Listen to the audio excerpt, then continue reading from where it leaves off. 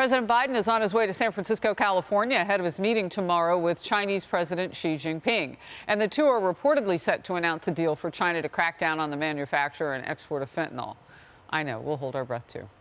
A deadly drug, as we know, that has killed tens of thousands of Americans in just the past year. That's what they're supposed to reach a deal on. We'll see if it happens.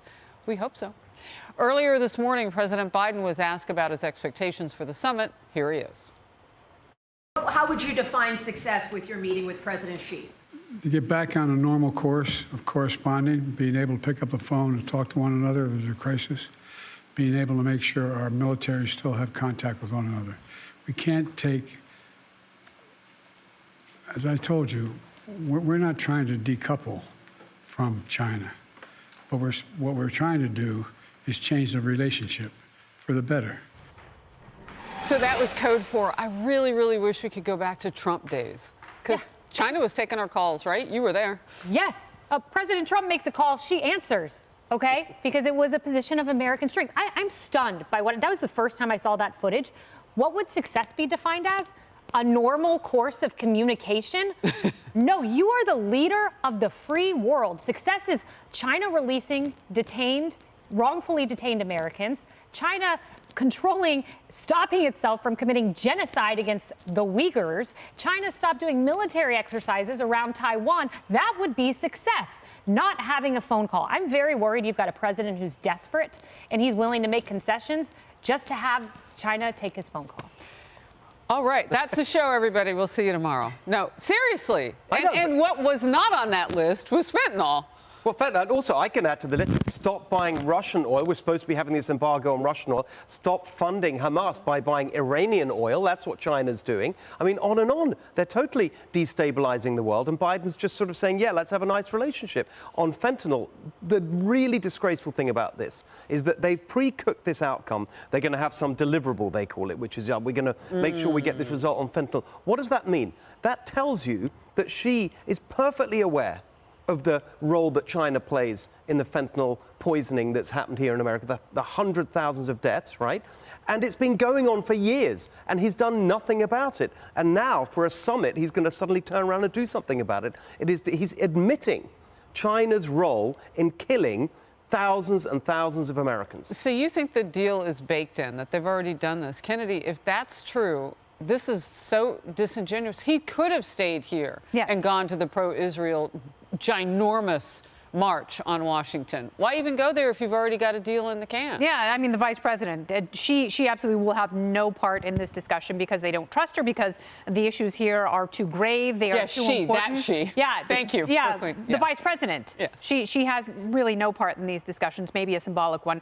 She could have been much more helpful. She inserted herself into the conversation, saying that Islamophobia is the biggest problem we have in this country, turning her back on the rise in anti-Semitism. But you have rightly pointed out the surveillance program that China has been undertaking for so long now. They're playing the long game in terms of stealing our intellectual property and embedding it in the items that we use and buy in this country.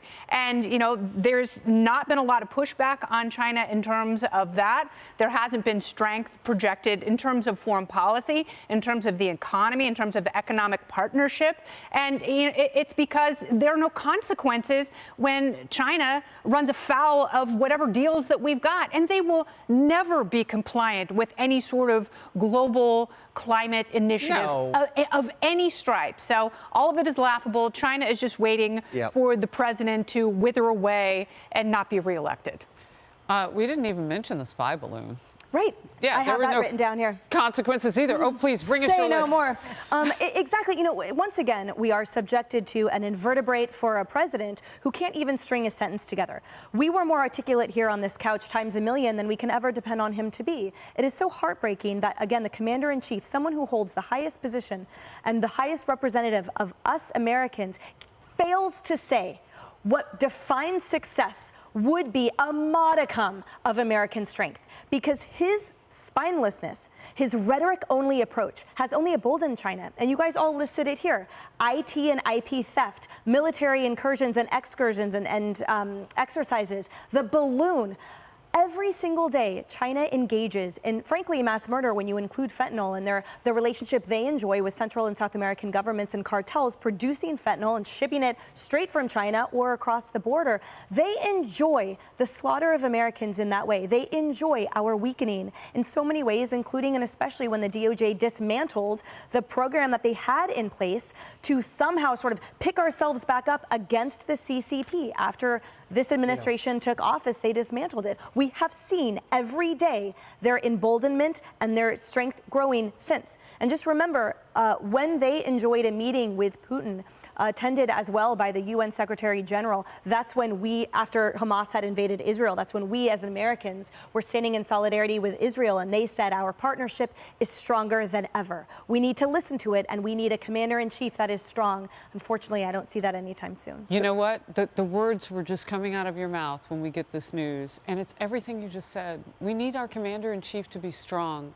Hey everyone, I'm Emily Compagno. Catch me and my co-hosts Harris Faulkner and Kaylee McEnany on Outnumbered every weekday at 12 p.m. Eastern, or set your DVR. Also, don't forget to subscribe to the Fox News YouTube page for daily highlights.